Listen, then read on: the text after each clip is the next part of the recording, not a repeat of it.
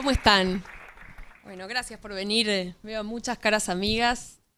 Quiero agradecer primero a la Fundación Santillana y a la OEI por haber elegido este tema que para mí es tan entrañable y además creo que es tan importante para poner en agenda, y especialmente al equipo de la Fundación Santillana en Argentina, a José, a Nilda, a Julieta que estaba antes, que me han mimado, me han desafiado, me han ayudado a pensar, así que les agradezco mucho. Y bueno, quiero dedicar este rato de presentación a hacerles una visita guiada al libro, al documento básico de este foro que todo el mundo tiene por ahí. Así que esta presentación venía con chapa. Y si todo va bien, mi gran objetivo es que se vayan con ganas de leer el libro, acá como Paulo. Si no es en el avión, por lo menos en el colectivo o en el subte, en el auto no, por favor. Acá dicen que lo va a leer en Buenos Aires. Que no pierda el avión, Paulo, no, por favor. Y este libro tiene como título Educar mentes curiosas y habla sobre la formación del pensamiento científico y tecnológico en la infancia, pensando en la primera infancia y llegando hasta el primer ciclo de la escuela primaria, hasta los 8 años. Uy, ¿ustedes ven? Ahí está. Justamente porque el pensamiento científico y tecnológico comparten esta mirada común, curiosa, fresca, preguntona. Y entonces decía que el título del libro tiene que ver justamente porque el pensamiento científico y el tecnológico comparten para mí una forma de mirar, no solo de mirar, sino de estar, de entender, de actuar en el mundo. Una forma de mirar que está muy encendida en los nenes chiquitos, que tiene que ver con el juego, con la exploración, con los ojos brillantes, con la pregunta en todo momento, que también a medida que nos vamos haciendo más grandes, y ahí es donde aparece, ahora en un ratito vamos a hablar de eso, el rol del otro, el que guía, de la escuela, del maestro, se va nutriendo y se va enriqueciendo sin perder esa chispa de la curiosidad, sin perder esa mirada encendida de la infancia. Y hace un ratito hablaba Mariano de la formación en STEM, que en estos últimos años se viene llamando STEM.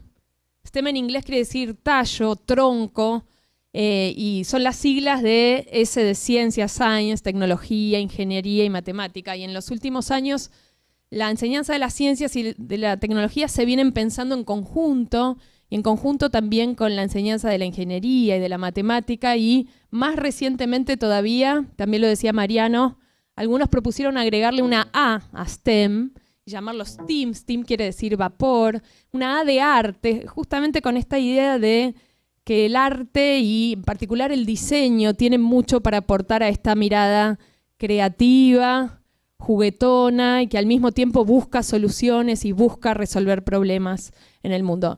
El paradigma STEAM yo creo que es muy útil, es ambicioso, es difícil a veces de pensar cómo hacerlo concreto en la práctica, pero en particular en el nivel inicial y en los primeros años de la escuela primaria, yo creo que tenemos un terreno sumamente fértil para seguir trabajando y profundizar en esta mirada más integral sobre el mundo y sobre el conocimiento, menos compartimentalizada. Y entonces creo que es un horizonte potente para caminar, esta idea de STEAM, de enseñar a la ciencia, y agrego a las ciencias sociales, ¿no? También.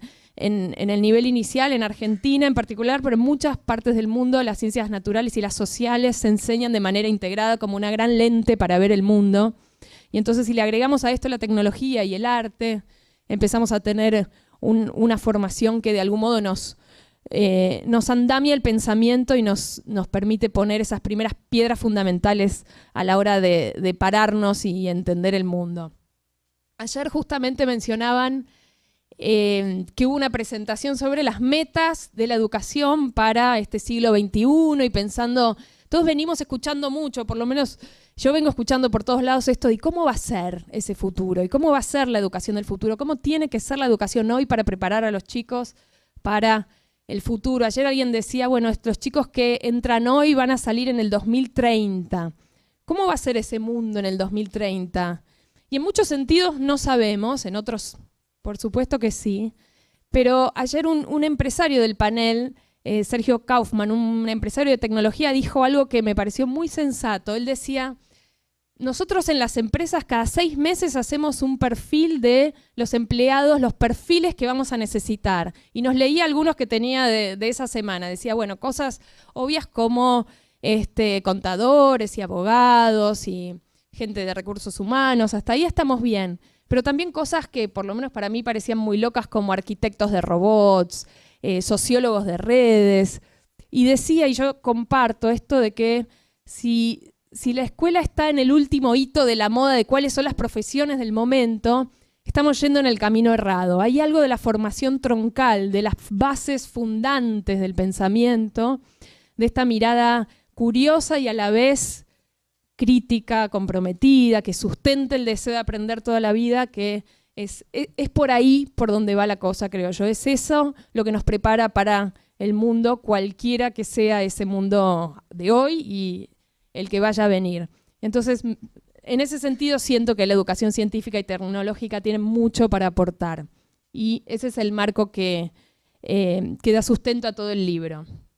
Entonces vamos a hacer la visita guiada. Empecemos por el principio, por el primer capítulo. Y el primer capítulo tiene como título de los pájaros y sus nombres, porque arranca con una historia de uno de mis ídolos, que es Richard Feynman, un físico, premio Nobel de Física, un gran docente, legendario docente, y él cuenta en un video que yo siempre uso para mis capacitaciones docentes porque hay algo muy hermoso de cómo él cuenta su infancia, cómo aprendió ciencias de la mano de su papá. Y su papá era un fabricante de uniformes militares, no era un científico, y lo llevaban los veranos a caminar por el bosque de las montañas Catskills, al norte de Nueva York. Y esas caminatas, iban muchas familias juntas, ¿no? Y esas caminatas empezaron a ser populares entre las otras familias y otros padres también llevaban a sus hijos y después los chicos hablaban de lo que habían aprendido. Y los quiero invitar a leer, de paso ya vamos abriendo el libro, en la página 13, el cuento, el relato que hace Feynman de la historia con su papá. Yo se las leo. Dice, solíamos ir a las montañas Catskill en Nueva York. Era un lugar al que la gente iba en verano. En los fines de semana, cuando mi padre venía, me llevaba a dar paseos por los bosques. Las otras madres pidieron a sus maridos que llevaran a sus hijos también. Un día, todos los chicos estaban jugando en el campo y uno me dice, ¿ves ese pájaro? ¿Qué clase de ave es esa? Yo le contesté, no tengo la menor idea. Él me dijo, es un tordo de garganta carmelita. No es mucha la ciencia que te enseña tu padre, pero era al revés. Mi padre me había enseñado. Mirando un pájaro, él me diría, ¿sabés qué pájaro es ese? Es un petirrojo del monte, pero en portugués es un jontorapeiro. En italiano es un chunturapiquita. En Alemania los llaman Halsenvogel y en China, chungling. Pero ahora que sabés, en todos los lenguajes que quieras, ¿cuál es el nombre de ese pájaro? No sabrás absolutamente nada de él. Sí sabrás sobre seres humanos, diferentes lugares y cómo llaman al pájaro. Ahora, miremos al pájaro y veamos qué está haciendo. Mi padre me había enseñado a notar cosas. Me decía, por ejemplo, mira, observa que el pájaro siempre pica sus plumas, las pica mucho. ¿Qué crees que está picando en ellas? Contesté que quizás estaban despeinadas y las trataba de peinar. Me dijo, bien, ¿y entonces cuándo y por qué se despeinarán las plumas? Cuando vuela, dije. Cuando camina no lo creo. Se despeinarán mientras vuela, respondí. Y entonces me dijo, ¿suponés entonces que las picará más cuando acaba de aterrizar que cuando ya lleva un buen tiempo caminando por ahí? Entonces, observa. Y a mí me encanta esta historia por muchas cosas. Creo que resume maravillosamente lo que es el pensamiento científico y cómo el diálogo, él en la entrevista habla del diálogo amoroso con ese otro, que en este caso fue su papá, pero podrá ser una mamá, podrá ser un adulto o cualquier docente, que de algún modo te va llevando de la mano, por eso que implica hacernos preguntas, buscar imaginativamente soluciones, maneras de responderlas, e ir a la realidad para ver si esas cosas que nos imaginamos pasan o pasan otras y seguir preguntándonos. Y también me encanta esta anécdota porque habla de algo que para mí es muy relevante en la educación en todos los niveles, todavía más a medida que los chicos se van haciendo más grandes. y es la diferencia entre saber algo, entender algo y saber el nombre de algo. En la enseñanza de las ciencias hay mucho de la balanza puesto, inclinado hacia la terminología, a saber nombres, definiciones. En las investigaciones que nosotros venimos haciendo hace años, lo que encontramos es eso todo el tiempo, que la enseñanza de las ciencias muchas veces está inclinada hacia el lado de transmitir o conocimiento fáctico que uno repite sin entender del todo, o terminología, palabras, vocabulario.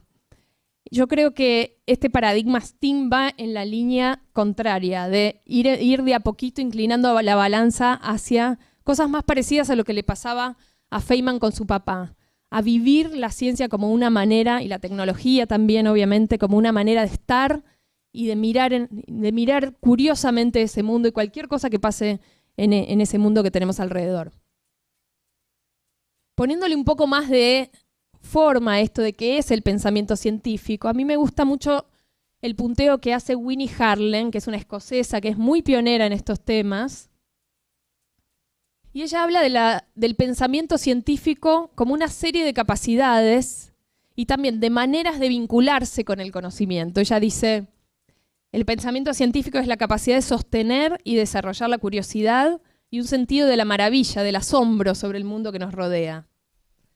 Habla del acceso a modos de pensar y razonar basados en la evidencia, en el razonamiento cuidadoso, de la satisfacción de encontrar respuestas por uno mismo y con otros, de la flexibilidad de pensamiento, el respeto por la evidencia, y en varios de estos empiezan a aparecer el deseo, y la capacidad de seguir aprendiendo. En varios de estos empiezan a aparecer aspectos socioemocionales del pensamiento científico que hasta hace poquito estaban como olvidados o que no se tenían demasiado en cuenta. En los últimos años la investigación en educación en general, pero en particular también en la investigación sobre el pensamiento científico, lo que venimos viendo es que la componente afectiva del pensamiento científico, lo motivacional, lo que tiene que ver con la colaboración con otros, incluso con la persistencia cuando nos frustramos, con buscarle la vuelta, con debatir, con entender que a veces pensamos distinto y tenemos que lograr acuerdos, con el deseo de seguir aprendiendo y seguir explorando, son claves para que la cosa suceda, para que los chicos aprendan. Y que hay que ponerle fichas, hay que pensarlo deliberadamente en la enseñanza si queremos que esta manera de mirar el mundo de a poquito se vaya encarnando en los chicos. Y pensando ahora en el pensamiento tecnológico, hay una idea que para mí es súper potente, que viene del campo de la educación tecnológica, pero que en esto yo creo muy fervientemente que la ciencia y la tecnología, el pensamiento científico y tecnológico son distintos, pero son como primos hermanos, ¿no? Cuando uno los quiere formar como objetivo educativo. Y la gente que trabaja en educación en tecnología viene hablando hace rato de la idea de tinkering. Tinkering no tiene una traducción al castellano, pero si lo tuviéramos que traducir sería algo así como jugar, desarmar, probar, hacer lío, volver a armar. Y de nuevo, es esta mirada juguetona que en este caso tiene que ver con la tecnología. Si tuviéramos que decir cuál es la diferencia entre ambas, creo que una manera fácil de entenderlo es que en la ciencia tratamos de entender cosas que no sabemos, por lo menos que nosotros no sabemos, averiguar cosas para tratar de entender, y en el pensamiento tecnológico tratamos de resolver problemas, tratamos de diseñar cosas al servicio de algo que necesitamos. Pero insisto que son dos miradas que son muy primas hermanas, y entonces en esto del tinkering y en esto del pensamiento tecnológico estamos hoy en un momento maravilloso de oportunidad. La movida de enseñar pensamiento tecnológico a los chicos desde chicos es algo que viene con fuerza desde los años 80. Pero es recién ahora cuando tenemos acceso fácil, o bastante fácil, o cada vez más fácil, a dispositivos de bajo costo, amigables, que permiten hacer montones de cosas, que permiten que los chicos trabajen como productores, como creadores y no tanto espectadores de ese mundo que tenemos enfrente, ¿no? Que de algún modo se vayan convirtiendo en protagonistas y que ese protagonismo sea, obviamente andamiado por un docente, sea el que los vaya preparando para esa manera de ver el mundo que queremos formar. Entonces, en el primer capítulo del libro hablamos un poco de qué es todo esto y por qué es importante y cuál es la diferencia entre el pensamiento científico y tecnológico. En el segundo capítulo nos preguntamos ¿y cómo se forma? ¿Cuánto de esto traemos de fábrica? ¿Cuánto de esto es relativamente, aparece muy temprano incluso en los bebés? ¿Y cómo eso se va desarrollando? ¿Y cuál es el rol de la escuela en ese desarrollo? Y en los últimos años ha habido una explosión de investigaciones en ciencia cognitiva de cómo aprenden los bebés. Desde los años 90 en adelante, y mucho en los últimos años, ha habido muchos investigadores que están haciendo cosas contundentes para tratar de entender cómo es el cerebro de los niños pequeños, cómo los niños pequeños aprenden acerca del mundo. Y a nivel conceptual, sobre cuáles son esas ideas y teorías con las cuales los niños explican el mundo, esto se sabe hace bastante, y lo que se ve en todas las investigaciones, seguramente ustedes hayan visto varias de ellas, ¿no? Sobre cómo los chicos ven la Tierra, si nos ven adentro o afuera, cómo los chicos ven distintos fenómenos de la naturaleza. Lo que se sabe muy contundentemente es que los chicos llegan al jardín y a la escuela primaria con ideas muy formadas acerca de cómo funcionan las cosas, basadas en las evidencias que han tenido, que a veces incluso son muy difíciles de modificar, en las que hay que trabajar mucho, sobre todo cuando son ideas que en didáctica se llaman ideas intuitivas o misconceptions, sobre las que hay que seguir trabajando. Por un lado, a nivel conceptual eso.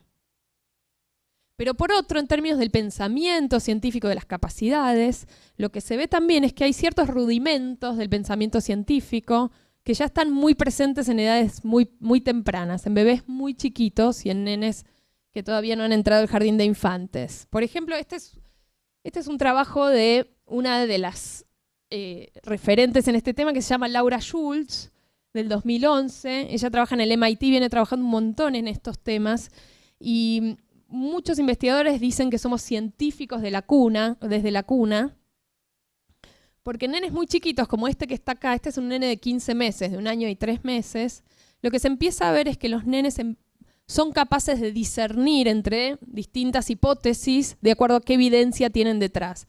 En este experimento es así. Ponen a un nene y le dan un juguete, ese verde que tiene ahí en la mano, es un juguete que si uno lo aprieta, suena, pero el juguete no le anda. Entonces hay 2 alternativas posibles.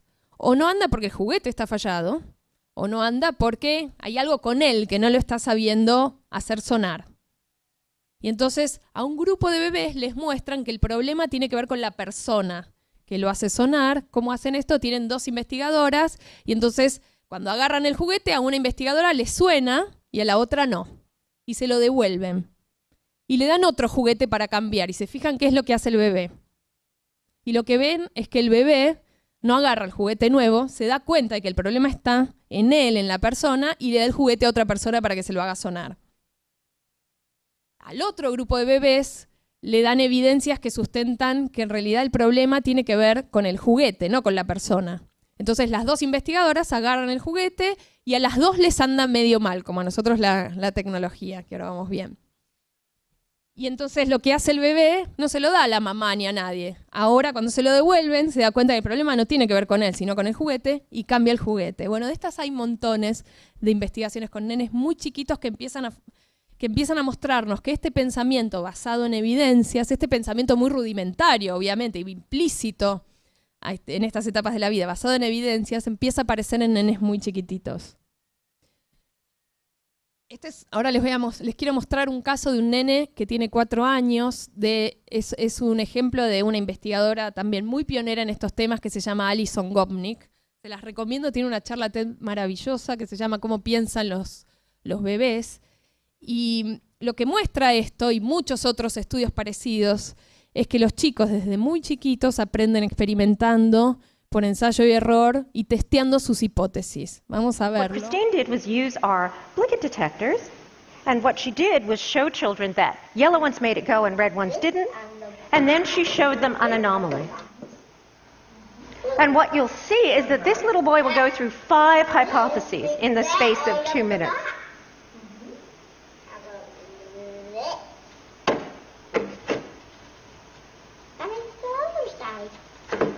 Okay, so his first hypothesis has just been falsified. Nothing. This one's lighting up, and this one's not. Okay, he's got his experimental notebook out. It's making this light up.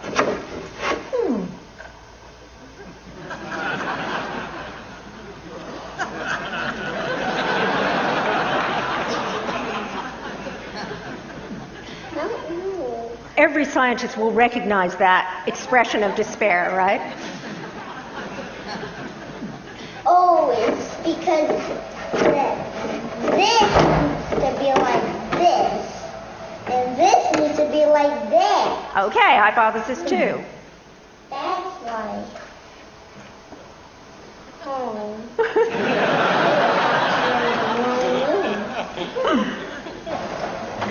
Now, this is his next idea. He tells the experimenter to do this, to try putting it out over onto the other location. Not working either. Oh, because the light goes only to here, not here. Oh, the bottom of this box has electricity in here, but this doesn't have electricity. Okay, that's the fourth hypothesis. It's lighting up. So we need to put 4. So we need to put 4 on this one to make it light up and 2 on this one to make it light up. Okay. Justamente lo que muestra es un ejemplo muy claro de cómo los nenes van testeando y falseando sus hipótesis desde muy chiquitos. Y también cuando los estudios de nenes un poquito más grandes, cuando ya llegan a la primaria, empiezan a mostrar que los nenes de 6 y 7 años ya empiezan a tener clara la distinción entre ciencia y tecnología en algún punto, entre averiguar algo y producir un efecto, ¿no? ¿Qué tengo que hacer para saber algo que no sé versus qué tengo que hacer para lograr un efecto deseado? Este es un trabajo de Sodian, una investigadora turca, que tiene un paper muy clásico que muestra que a los chicos les cuentan un cuento de 2 hermanos que debaten sobre el tamaño de un ratón, si es grande o es chiquito. Y entonces para averiguarlo tienen 2 cajas con comida. El ratón está dentro como de una cuevita, ¿no? Está atrás de la pared, no lo ven. Y para averiguar qué tamaño tienen una caja, tienen 2. Una tiene tamaño chiquito y otra tiene tamaño grande de la puerta, la abertura. Y entonces los nenes tienen 2 objetivos. El primero es más tecnológico, o sea, tienen que lograr resolver un objetivo que es darle de comer al ratón. El segundo objetivo es averiguar si es grande o chiquito. Entonces la pregunta es, ¿cuál de las cajas tienen que usar? A ver si ustedes me ayudan. Para darle de comer, ¿qué caja le conviene usar? ¿Les conviene usar la que tiene puerta grande o la que tiene puerta chiquita? La tienen que poner al lado de donde sale, ¿no? El ratón. La puerta grande, ¿no? O sea, los nenes de 6 y 7 años ya se dan cuenta de que para alimentar al ratón, para lograr el objetivo de producir un efecto, en este caso darle de comer, les conviene la puerta grande, porque cualquiera de los tamaños de ratón va a poder entrar por ahí. Si en realidad esto es un objetivo tecnológico, ingenieril en un punto.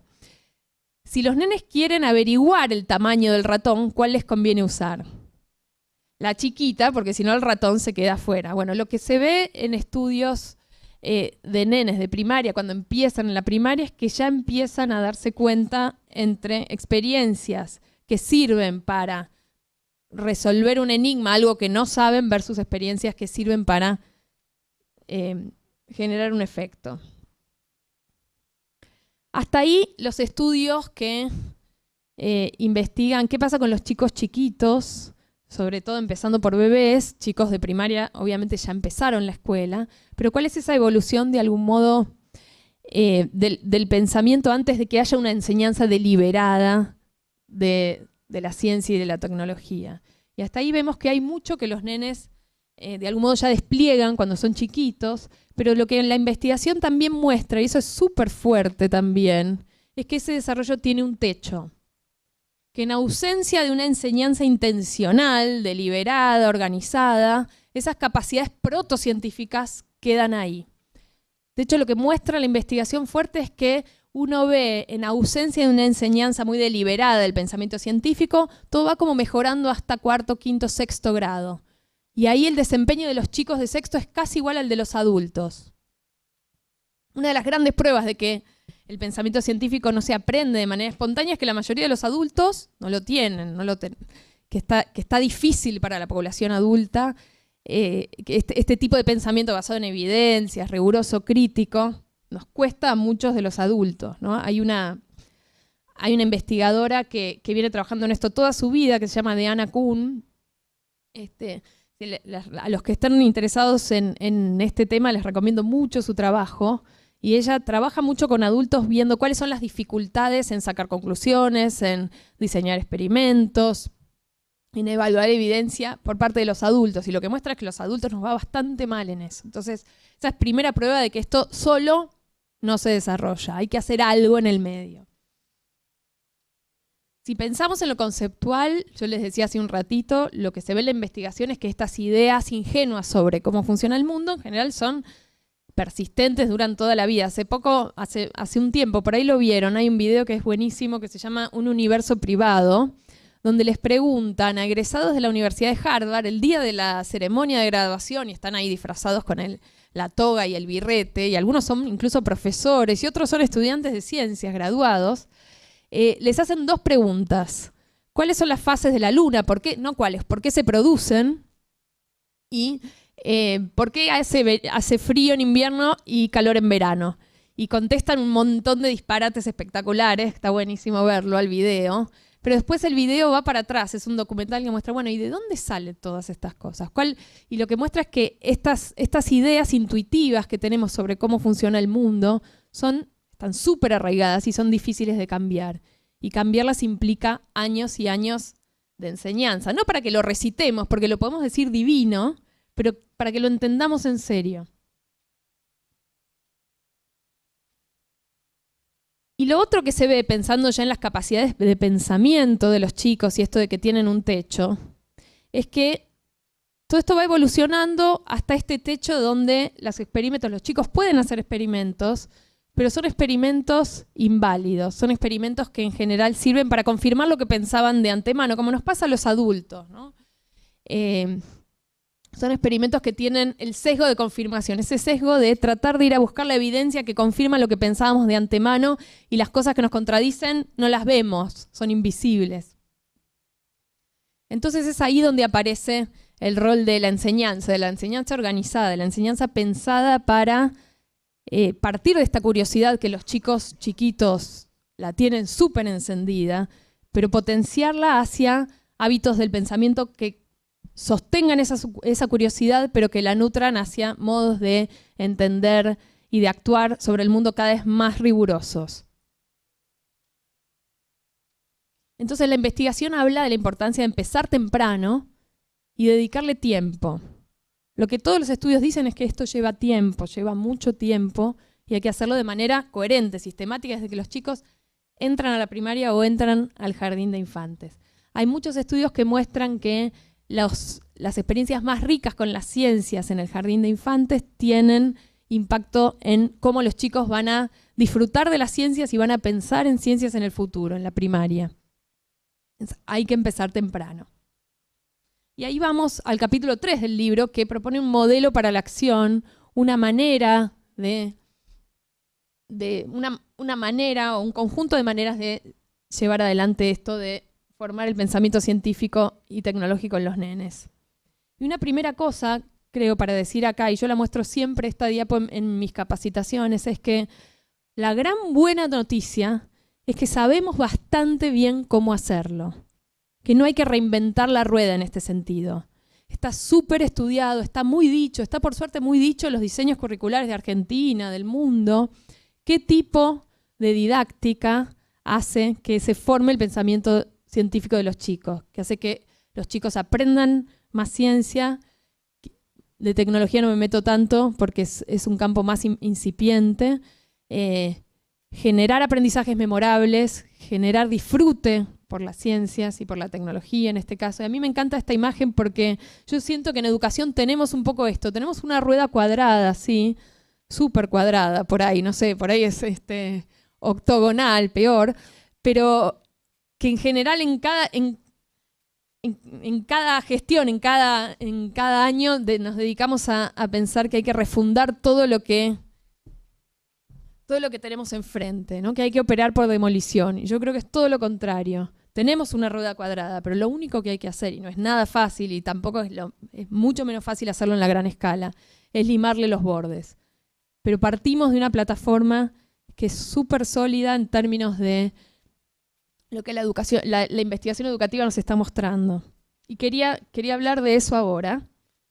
Y pensando en cómo enseñar a los chicos, a mí me inspira mucho un autor que se llama David Perkins, que es un educador de la Universidad de Harvard, que no es específicamente de ciencias, pero a mí me interpela mucho las metáforas que él usa para pensar en el aprendizaje.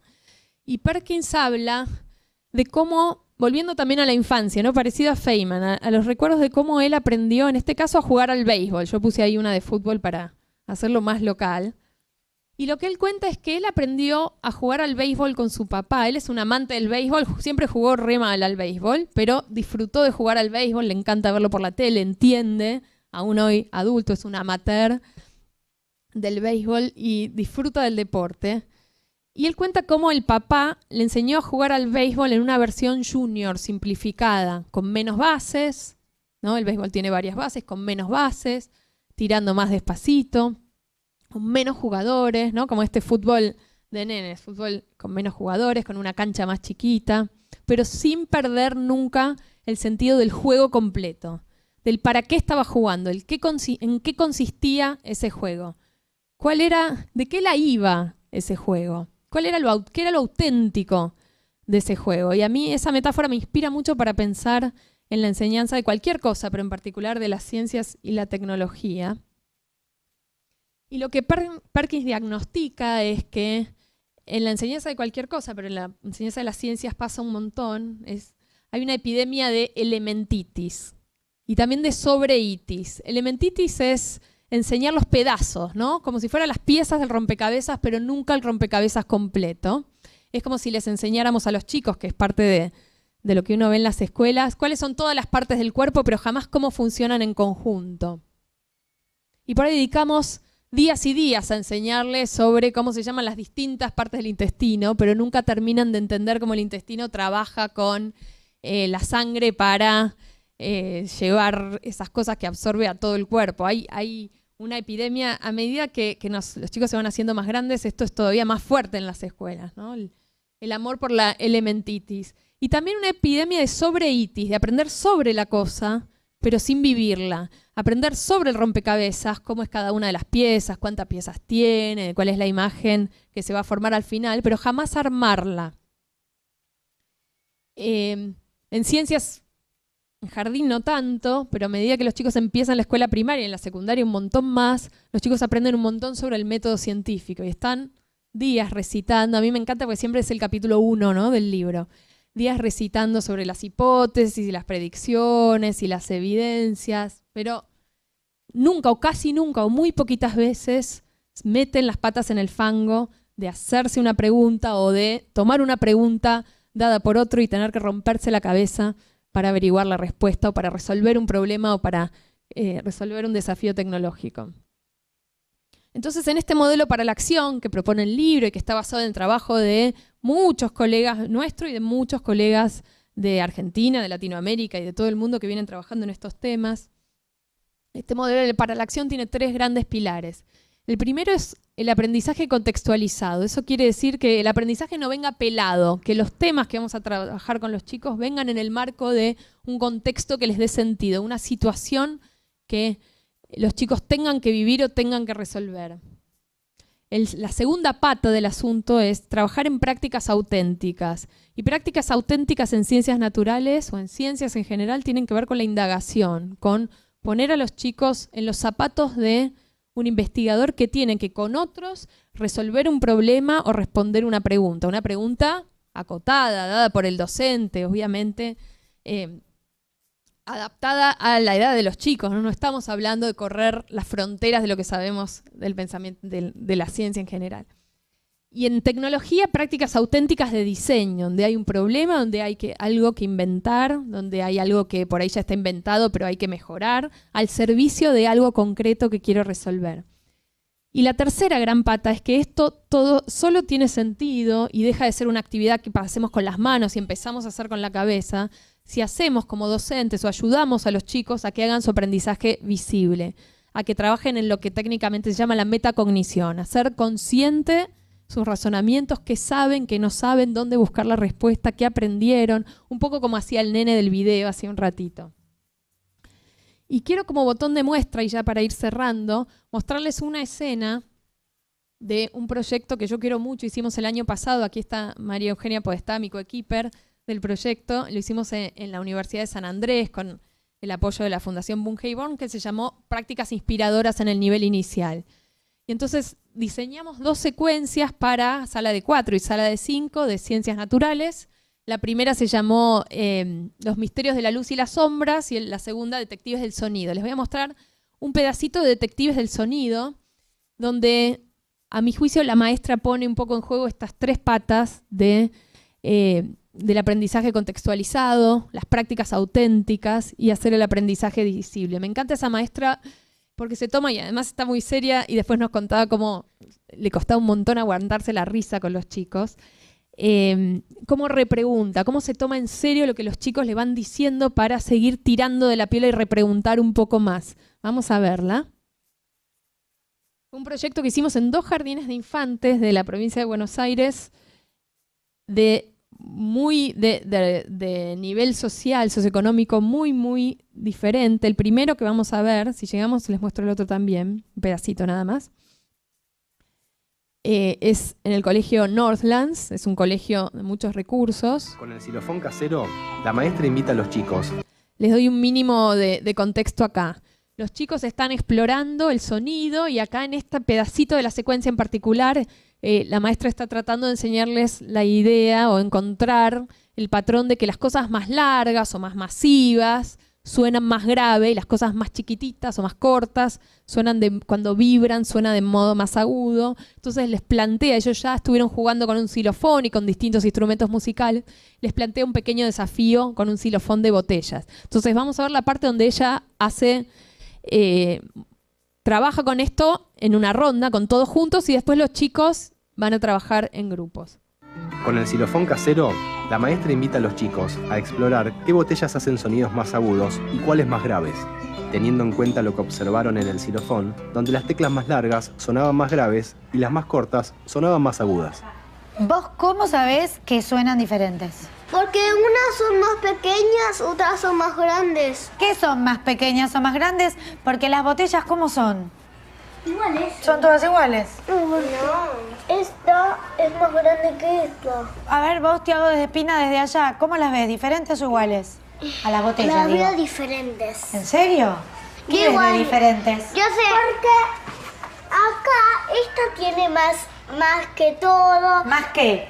Más líquido Más que líquido. todo. ¿Hay alguna que suene, como nos dijo Joaquina, más aguda? Sí. ¿Aguda qué era? El que era como la voz así de lobo. La ¿O la voz? finita. La finita. ¿Hay alguna que suena aguda, finita? A ver, José, descubrí cuál es la más aguda, finita.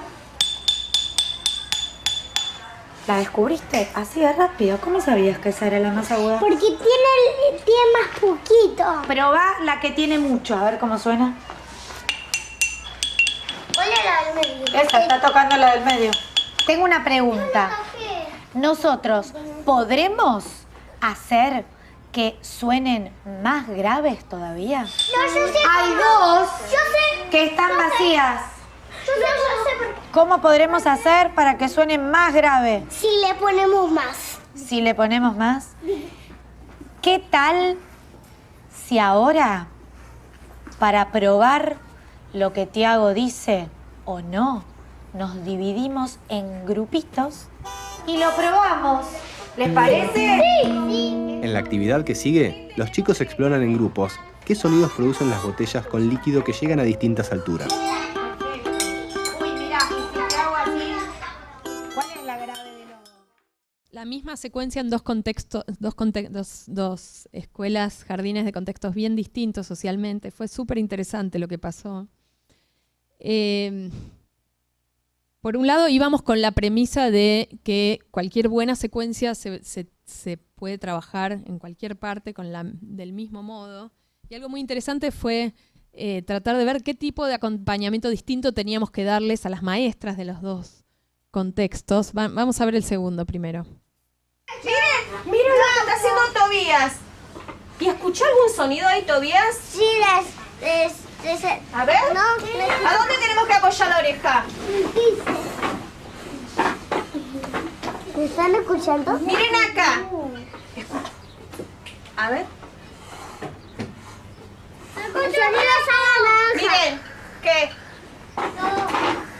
Escuchamos el sonido de sal de naranja que están haciendo mucho ruido. ¿Escuchan un sonido de sal a naranja? Sí, ¿De dónde sí. viene ese sonido? De la sala y quedó aquí a la mesa todo. A ver, acá Jair está haciendo un sonido con la mano. Vamos a ver si lo escuchamos. ¿Lo escuchamos? ¿Escuchan? Sí, sí. ¿Y si se tapa la oreja? ¿La otra oreja? Aquí la maestra retoma una de las ideas de los chicos que propuso al piso como material duro y los invita a todos a poner sus orejas sobre el piso para poner la prueba.